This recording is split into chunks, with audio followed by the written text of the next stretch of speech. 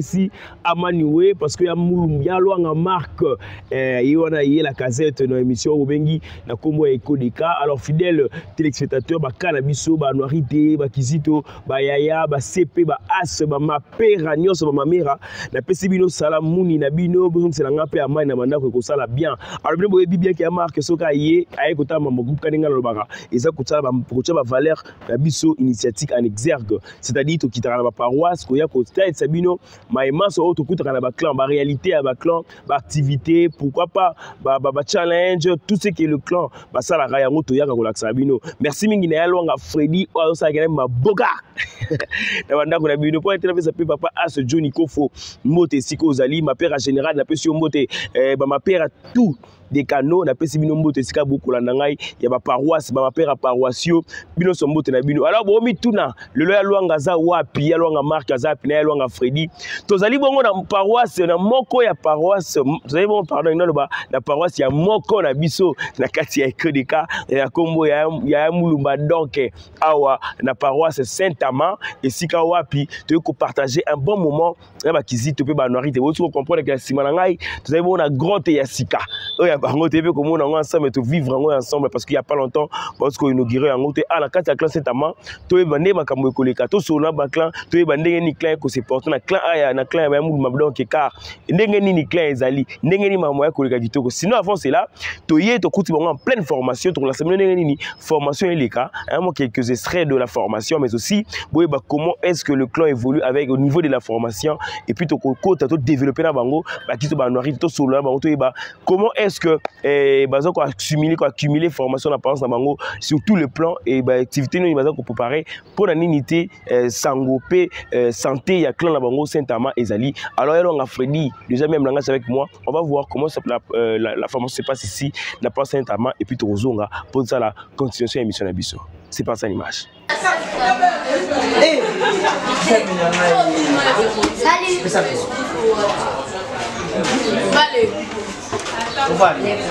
Est-ce que vous pouvez le dire?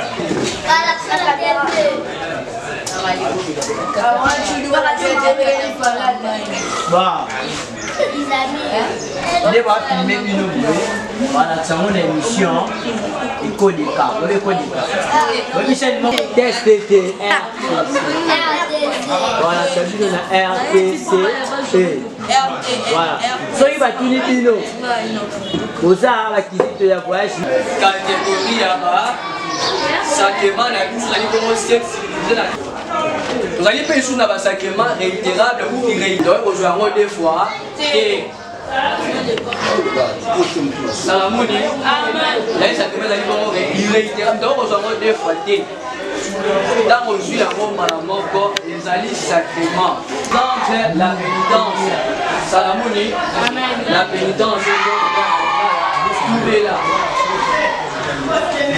Aujourd'hui, même 7 fois, même 8 fois, même 20 fois. Et elle s'est recommandée à ce qu'on soit juste une fois. Par exemple, le sacrement de l'initiation chrétienne. Donc, on a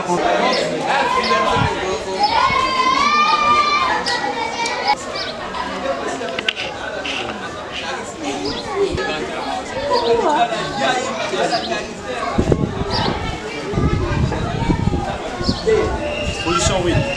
Luzette, ben à beauté. Ah, on va la bouga, on va la vilaine. Caméra,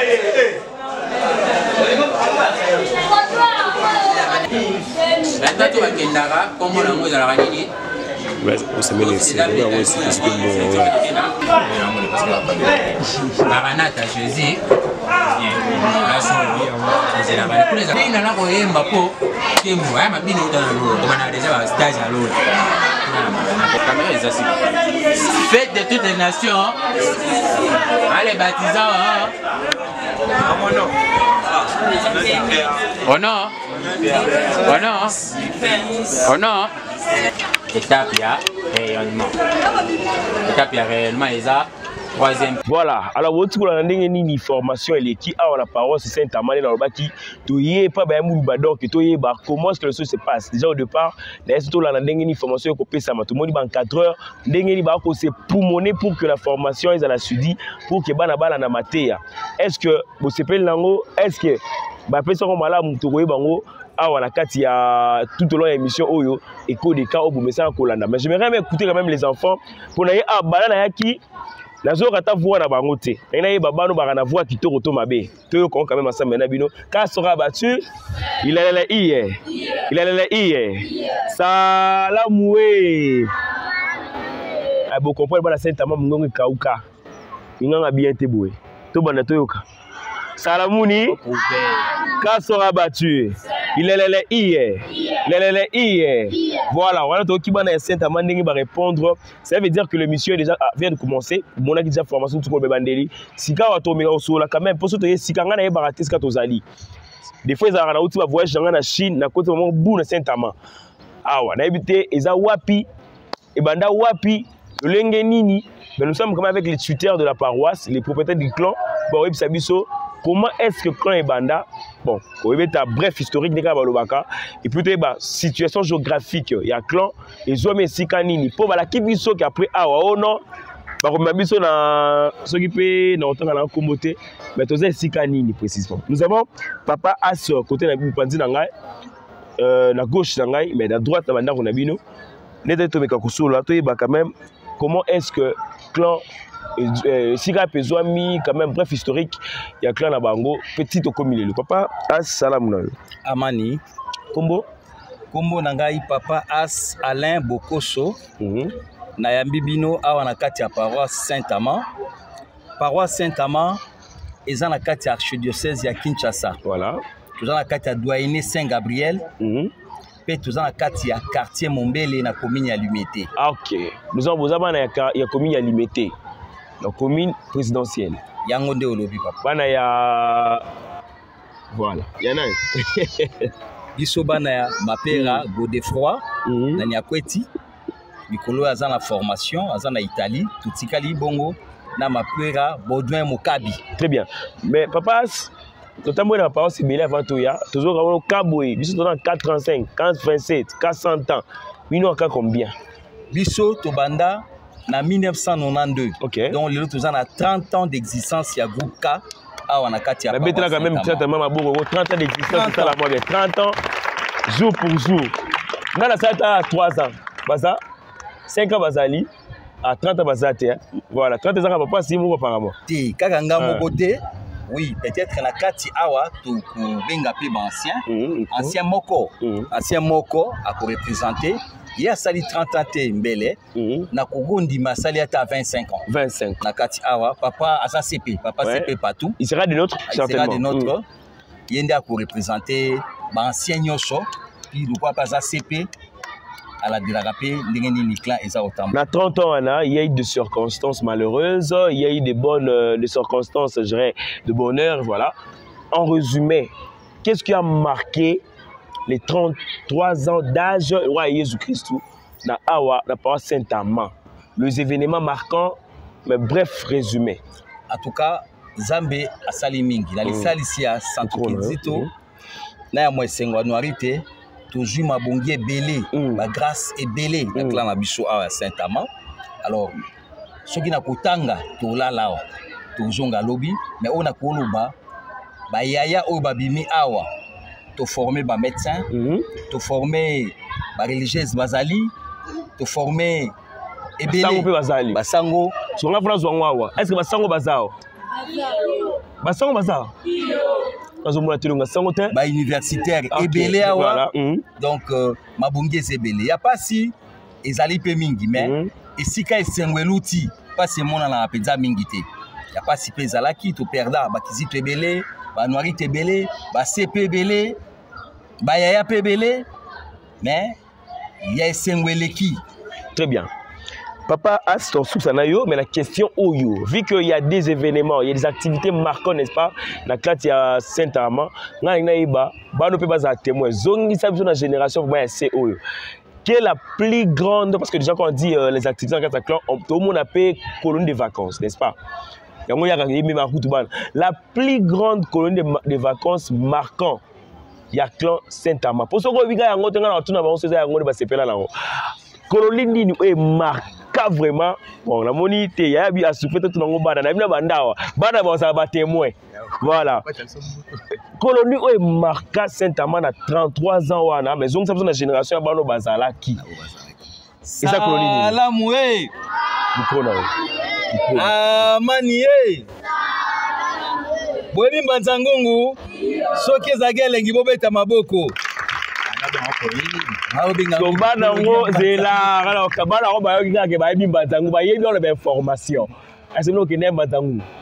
Est-ce que c'est la colonie la plus marquante de votre vie initiatique? Poigny. En dehors, il y a initiation. Je vois qu'il peut grâce wana, il y a qu'on visiter la grotte ya Mbanzangungu. Ça qui peut moi tourisme muke na Mbanzangungu. Ezaki kitoko mingi bon bana balinga walia mingi balia misuni trop. Maintenant qu'est-ce que ça va beaucoup pas ça la bien. Merci beaucoup. Alors, ma pire abord la biso ba aso ba la biso ba clan baso la biso ko ina na sa question au te pona ngapo colonie sangsara ba ya on peut ça on coupe ya kitoko. C'est par rapport à colonie, par rapport à ba GP mais aussi la formation. Merci papa Asso. Mais voilà ton rôle étant que As na kati ya clan Saint-Amand apport na usani. Certaines personnes va répéter. Il y a solo kozala As. C'est vraiment. Eza mokumba monene. Tozali na mapera oyo aza responsable ya clan mpe na nsima na ye ezali assistance spirituelle. Mosala assistance spirituelle ya liboso ezali koveille ke baleson epesama malamu. Soki otuni bana awa bapesi bayoki bazongisi baleson malamu te ekoswanga na motema. Ya mibale ezali ya bana ezala bien mpe ya misato mosala ya papa As ezali kolandela bayaya. Très bien. Oui, ba discipline na bango, bazo tanga ndenge nini, bazo ko évoluer ndenge nini. Personnellement, même yaya silisa clan, bango so ba se référer na biso kaka papa As na ningi na bala. Papa As na lingi bwe, tolandela bango toujours po nzela tambola malamu. Na beaucoup c'est musala ya papa As yangwana na kati ya clan. Merci beaucoup papa As. Beta papa Smabo pour encourager toi papa Sali Bitoko. Et Sali malamu. Alors sinon on va passer à autre chose. To meka pe ko sola pour clan ezalaka, eza mokumba, bon, eza géré par le parent, mais mokumba ya bayaya. Bayane batambusaka groupe Kizito Anuarité na kati ya clan tozape bongo na balandi to organisation to encore coordination to secrétariat général, c'est la nouvelle initiation le bito bengango to benga bango ba secrétaire généraux. Mais il y a un secrétaire général ozo coordonner clan Saint-Amand et sika pinamoni ya mukasa pembeni na ngai nde tokopesa pe maloba na ye tokomeka koyeba parce que santé ya clan Saint-Amand po ye moto pe azali moto molo ya clan ayebisa biso ndenge nini clan Saint-Amand ils ont mis quand même nombre effectif ya bakizito ya bayaya pe santé nango d'une manière générale. Mais aussi, tu remets tapé au bonne formation, tu vraiment comment est-ce que la formation se simule ici, la parole se s'accumule, la parole se Saint-Amand, tu remets tester bana, au yeba, pour nga un défi, n'a boité, tu remets so bana la formation malam. Alors, Yamukasa Salam. Amani alors. Combo. Yamukasa. C'est toi. Laisse des paroles, allez-y. Yamukasa Alexis Joël. Bana mi va bien Yamukasa Joël. Yamukasa Joël, nous avons dit que clan Zokotamboula d'une manière générale, clan Saint-Amand, est-ce qu'il y a des problèmes? Est-ce qu'il y a, d'une manière générale, comment santé à clan Ezali? Merci. Comme dans tous les autres clans, voilà. Il y a des problèmes arrêtés. Et puis, tu as un problème majeur au Bissonios. Diocèse, toi, archidiocèse, tu dois faire face à nous. Il y a 40 à ban. Oui. Mais à part, d'une manière générale, clan vraiment santé à malam. Voilà. Dans la preuve, il y a un simalanga. Le clan Saint-Amand, ils ont contenu en lui combien de encadreurs, combien de cas d'une manière superficielle? D'une manière superficielle, superficielle. Tous en a 20 encadreurs pour l'année 2021-2022. Tous en a 10 stagiaires, c'est-à-dire la moitié à encadreurs, et puis tous en a 120 cas. 120 cas. Na sima a on compter au moins que le loba est 80. Donc tozana moi déjà ça déjà problème majeur tozana en haut. Ils ont 45 balles. Alors pourquoi? Parce que ba groupe na parents c'est comme ebélé. Problème wana ils a vraiment problème capital. Ba groupe est comme non seulement ebélé mais tu dois faire face aussi à na milieu tozali na mombele. Ouais, tu ba église. Ya binza mais botami tellement trop que ba parents misusu parce ba catholique le roi biso. Alors ils ont comme raison arriver que parents à qui église va tirer moi na catholique soit journée wana amemi moi na boy toi ebisi moi na leo na ina moi na hotel azo pesa moi na musala na ero fa ya messe toi kota formation. Les a problème autant tout ça va suivre na banda ko to kutana. Comment arrivez-vous à éradiquer quand même la situation vous kutana en tant qu'encadreur? Qu'est-ce que vous faites pour que Boba na Obaya 80 Obazala alors que situation n'est zali? Bon, les méthodologies mises en place. Méthodologie du bosso déjà, eza partout aux ans parents. Moi eza méthodologie du bosso. Aux ans parents, on moni que parents place au biso, on moni que c'est OK. Parents vraiment za na posa o yamba biso te. Parents lokola ye oyo eza pe moko ya musala na bango. Ba kokoma ba expliquer bango groupe o bana bango ba kota et puis nini to fonctionne. Parmi yango toza na méthode ya ba suivi abanda to kaboli bana chaque secteur na bankadre na bango balandela bango.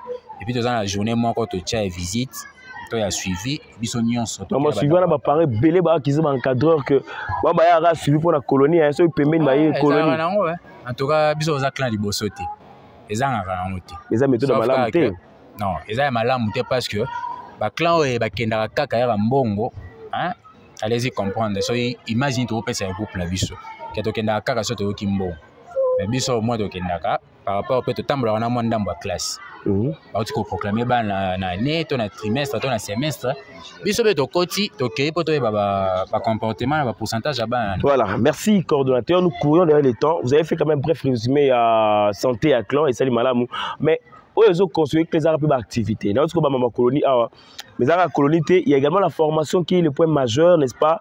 Il y a disposition constitution à clan.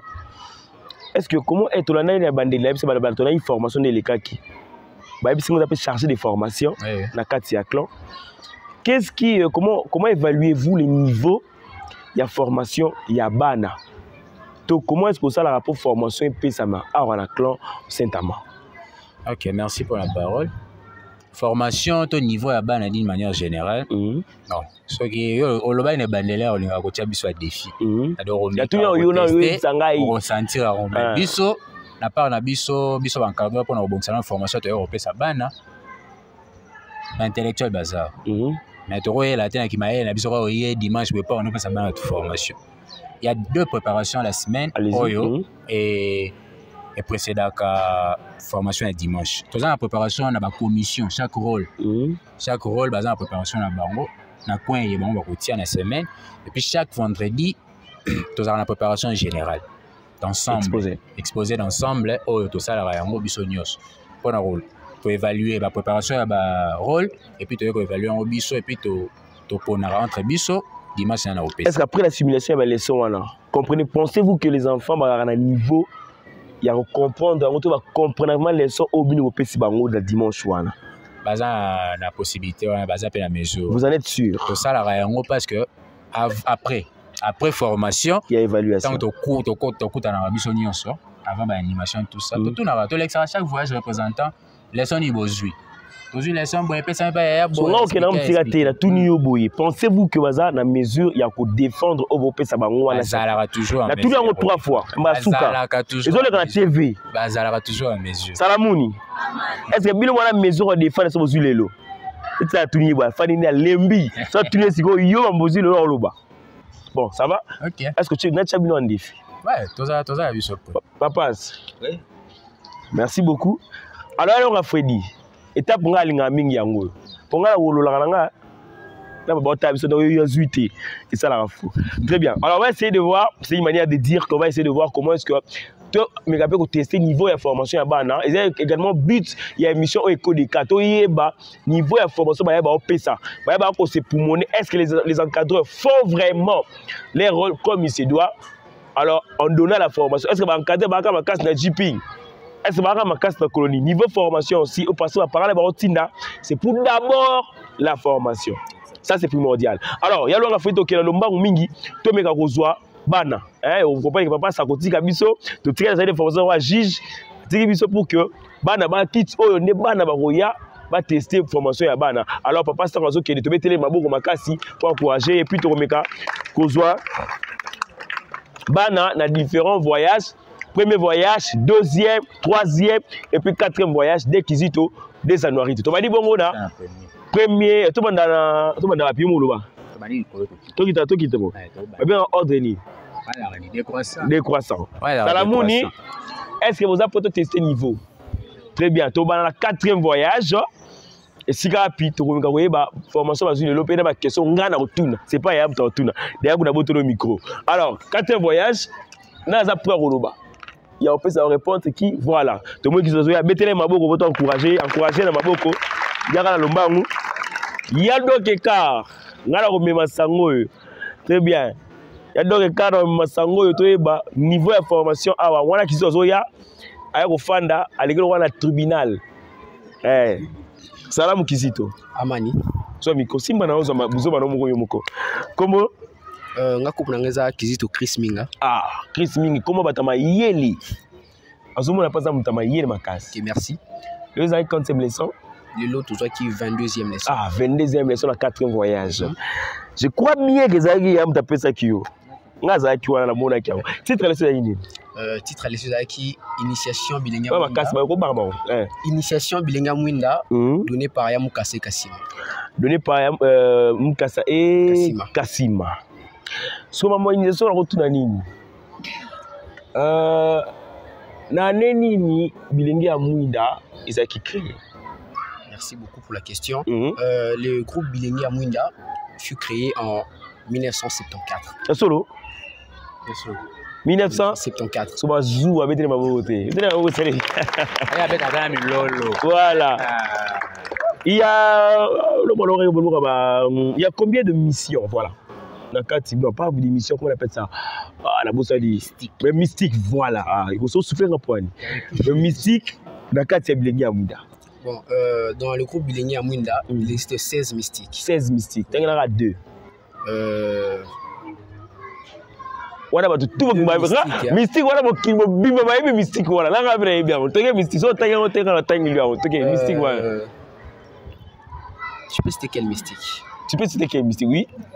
Allez-y. Bon, je vois que ça m'a un peu échappé. Hein, mettez-les ma beau pas beau sani, mettez-les ma beau. Merci beaucoup. Alors, mystique, mystique, nini? Ya, c'est homme qui me l'a prédit. Mystique à fourmi. Mettez un mot pour la vie, mystique à fourmi. On est ensemble. Merci beaucoup, Kizito. Maintenant, on répond à la même tour de la biso qui est beaucoup point de niveau. Il y a formation cette amant en la binomoko. Mettez un mot pour encourager. Merci. Alors, on va prendre la deuxième personne, voulais-je dire. Non, Tokitis, qu'on a troisième voyage. Tozoa, Nani, Aza, prêt ou prête? Nani? Elle est où? Ah, Gabriel Azo, mettre Gabriel Maboko pour assurer le racisme. Gabriel Azoya, à la Tibongo Lelo, Liputa, ceux qui vont Liputa les valeurs. Zoa, micro, Salamou Anuarité. Amani, Amani, Yalouanga Marc, Mandela. Amani, Yalouanga Marc. Très bien. Deuxième voyage, troisième voyage. Comment voyage nous déjà? Mengo. Ça c'est fort, hein? C'est bien. Mettez-les beaucoup déjà pour y aller comment voyage là-bas. Azamon en français? Ah d'accord, mais c'est Azamon en français. Alors, Anuarité, tu es en troisième voyage, n'est-ce pas? Bengo Pawavoubé. Quel est le titre de la leçon du jour? Les sémaphores. Ah, sémaphore. Je vous rappelle que j'ai fui Moulumba 8 ans environ. Je viens de changer le rôle il n'y a pas longtemps. Je connais bien les sémaphores. Sémaphore, quand c'est 22e leçon, non? Oui. Donc, signaux de service, c'est ça, non? Très bien. Il y a combien de signaux de service? 12 signaux. 12. Oui. Quel signal qui consiste à demander à ton interlocuteur de bien vouloir Akoma Malembe. Voilà, les gars posent aux ombres. Akoma Malembe. Comment on appelle ce signal-là? UD. UD. Qu'est-ce qu'il fait? Émettre. Ah, mettez-les ma beaucoup. Alors, la dernière question par rapport, il y a sémaphore toujours. Pour la 22e, c'est le service, mais la 14e, vous avez là, sémaphore et bandeli. Vous avez qui? Définition étymologique, il y a sémaphore. Oui, oui. Ah, Panzanguna. Le sémaphore vient de deux mots. Voilà. Sema et foros. Sema et foros, qui signifie signe qui porte le message. Porte-moi dans les appuis. Salamouni. Mettez-les ma bourre ma carte. Merci beaucoup à Marita. Vraiment, ça allait bien. Les poutons les a avalés à Dango. Alors, on va passer à deuxième voyage. Yaya, courage d'abord. Tissiko, ça va. Deuxième voyage. Parce que Python, moi, la deuxième. Mettez-les ma bourre pour encourager. Très bien. Moi, la deuxième voyage. Yarambangu. Zoa micro na yo. Simba. Salamou Kizito. Salamou. Yé mon français. Français, ben on est sur Combo. Kizito merdi bebolo. On va caster. Kizito merdi bebolo. Kizito merdi bebolo. Merdi bebolo. Alors, deuxième voyage, les choses à qui? Les sacrements. Les sacrements. Voilà deux questions. Il y a combien de sacrements? 7 sacrements. 7 sacrements. Quel sacrement qui est facultatif? Ah, français, on a cassé. Facultatif, un bon français, je dirais quoi? Un français simple. Au coquille qu'on zoa, toi qu'on zoate, ce qu'on zoue yango, ou qu'on zoate. C'est quoi? On n'a pas appris ça quand même. De la bande, il me en français. C'est-à-dire que les Français, les gars le comprennent, c'est en français. Quel sacrement qui est facultatif? C'est-à-dire, ceux qui osent un, l'autre tu n'en auras pas. Ceux qui osent oyo, oyo qu'on zoa ngoté. On ne peut pas l'avoir tous deux à la fois. C'est quel sacrement? Dans le 7 dont tu as cité. Ce sont le mariage et l'ordre. Mettez-les ma bourre ma casse.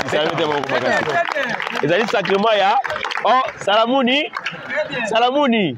Tu as l'air de quelqu'un qui ne peut être. Tu es intelligent, hein? Tu es hypocrite en intelligence. C'est pas bien. Quand tu seras battu, seul. Il a compris que c'est le sacrement de mariage et ordre. Quand tu as l'ordre, tu n'auras pas le mariage. Quand tu as mariage, tu n'auras pas l'ordre. L'ordre, c'est pour le. C'est pour le prêtre. Pour le prêtre, voilà. Mariage, c'est pour les laïcs, nous là. Maintenant, on a un battu. C'est maintenant, on va accompagner tous les derniers voyages. Il s'agit bien d'un premier voyage. Premier voyage. Ah, bon voyage. Zobou. Salam Anuarita. Chamiko. Premier voyage. Oui. Les sommes les ennemis. L'hygiène, la propriété et l'ordre. Hygiène, propriété, hygiène et puis ordre. Il y a qui les sons abinus à mon couloir, les sons abisso baya, loanga kaenga.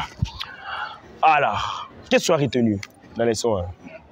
J'ai retenu dans l'ordre, il ne faut pas être en désordre.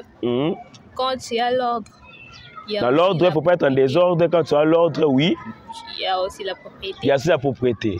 Dans la propriété, j'ai compris que il faut être propre. Ah, j'ai compris qu'Anuarit, elle est forte en tautologie. Salamouni.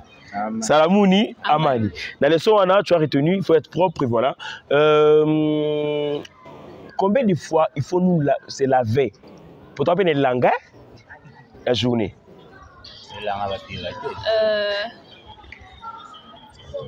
Ah, est-ce qu'on a combien de fois? Combien de fois? 2 fois.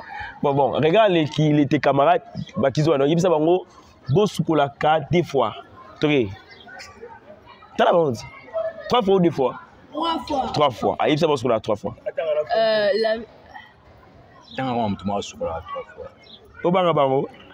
Très bien, on a eu ça. Boskolara 3 fois. Bon, bêta, bon, Boskolara 3 fois. Très bien, Salamouni, Amani. Merci beaucoup, Anuarité. Comprenez-vous qu'on est en train d'évaluer, merci, on est en train d'évaluer le niveau de formation awa na paroisse Saint-Amand. Et si Kapi, tozui niveau de formation pas yaba na faute de temps, on ne sera pas allé trop loin. Mais il y a Mukasa, chargé de formation, Nazongilio. Impressionne d'une manière générale par rapport au tour des enfants ici. Que diriez-vous? que la formation a un niveau ou pas? La formation a un niveau. Ouais. La formation a un niveau parce que la preuve, tout le monde aura aussi. Ok. Bah, na ba hotel masan qui va pour na ba bon ba et puis bah quand on a fait ça qui va tinda ba ça c'est bien senti ba na 4 fois ti oui na deuxième voilà alors on va mbouyer ba on mais ça va donc d'une manière générale ça va c'est pas pour rien hein c'est pas pour rien nous papa a sauvé mon ka vanda kiawa papa wa mususu ezala ba ancien cas la format biso tellement bien que ngo biso beto ozong ça va na bana oyo ba komi. Oh, merci beaucoup ya Luanga. Alors la CPLI, félicitations pardon, ya Mukasa. Félicitations à la Bakizito pe ba noirité. Alors pour Nango, bon beta tellement beaucoup ya 1 minute ça bokata. Donc ça va bien. Voilà. Merci beaucoup.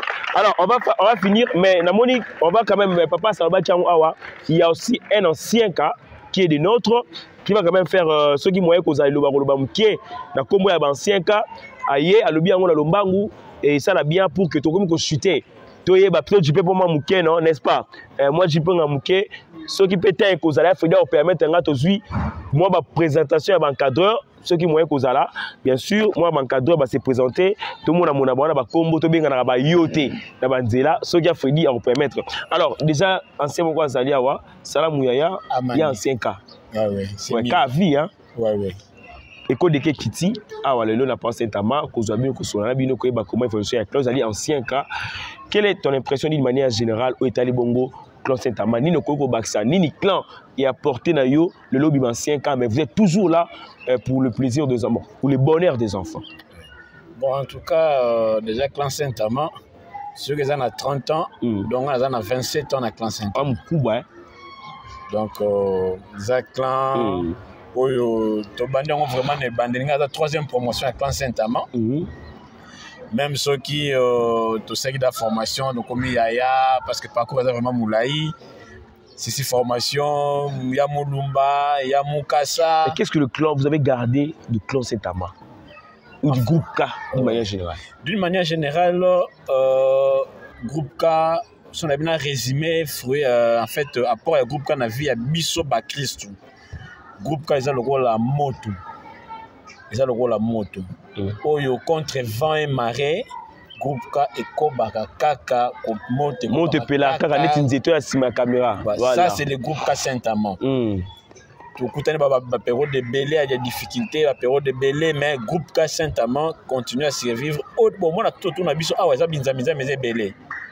Mais au moins na malgré binza wana le groupe K continue à survivre na quartier Mombele. C'est pas facile avec les comportements aux gens à Mombele. Au moins, on a des jeunes garçons boyés, au moins, on a des boyés dans ensemble. Mais par contre, le groupe est apporté plus dans la vie. Ils ont cette capacité de s'adapter à les circonstances. Ça, c'est que mon groupe est apporté dans la vie. Merci beaucoup, papa As Combo. Papa Patou. Papa Patou, ouais. Merci beaucoup. Tu mettez papa Patou Maboko. Pour ton cabal, papa Patou. Alors, on va prendre le champ d'activité. Voilà, on va quand même, il y a des activités. C'est comme un programme. Hein. Il est où là? Le champ d'activité. Mettez Maboko, mettez Maboko pour t'encourager et charger. Très bien, il y a Mulumba. Ouais, Pessibiso, c'est ma fort Lelo. Il y a Mulumba, Salamou. Amani Yelwanga. Combo. Il y a Mulumba, Jonathan Mokelo. Alors, vraiment, quelles sont les activités que le clan a prévues? Le clan des jours à venir, tout déjà, clan et Sali, si le lot. Bon. L'activité, tout à l'heure, nous avons presque déjà la fin, il y a une initiative. Ça déjà l'activité est belle. Entre autres, tu organises qui Noël pour cas, on a fêté na ban longo Noël. Tout ça là qui déplacement là bas, tout qui bon na botanique. Tout ça là qui excursion pour na bancadreur, journée d'amitié salami.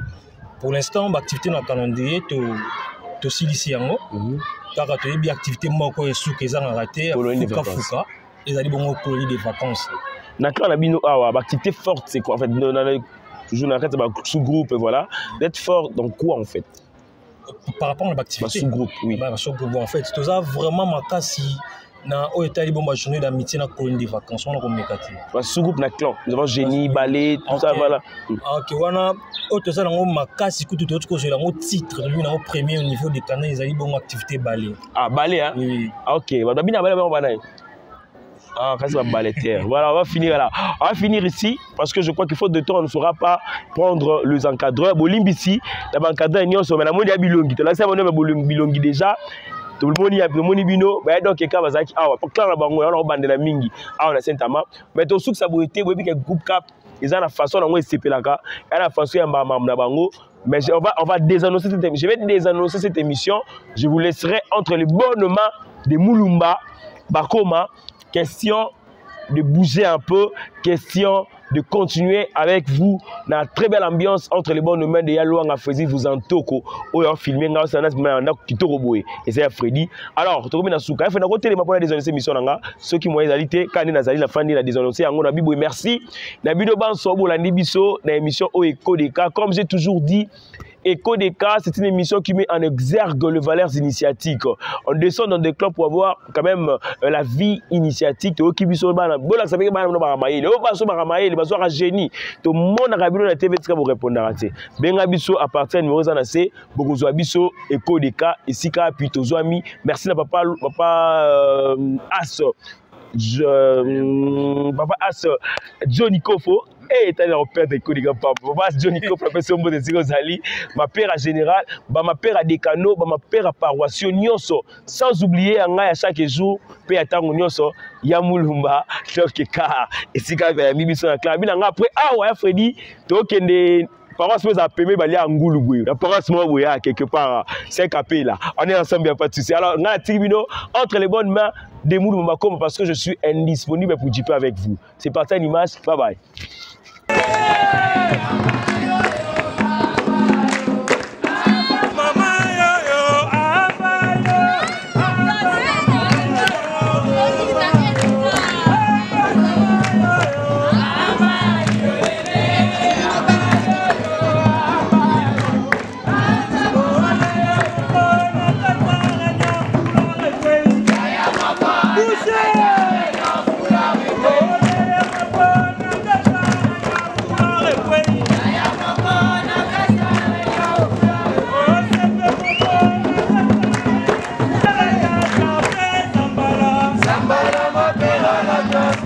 Oye,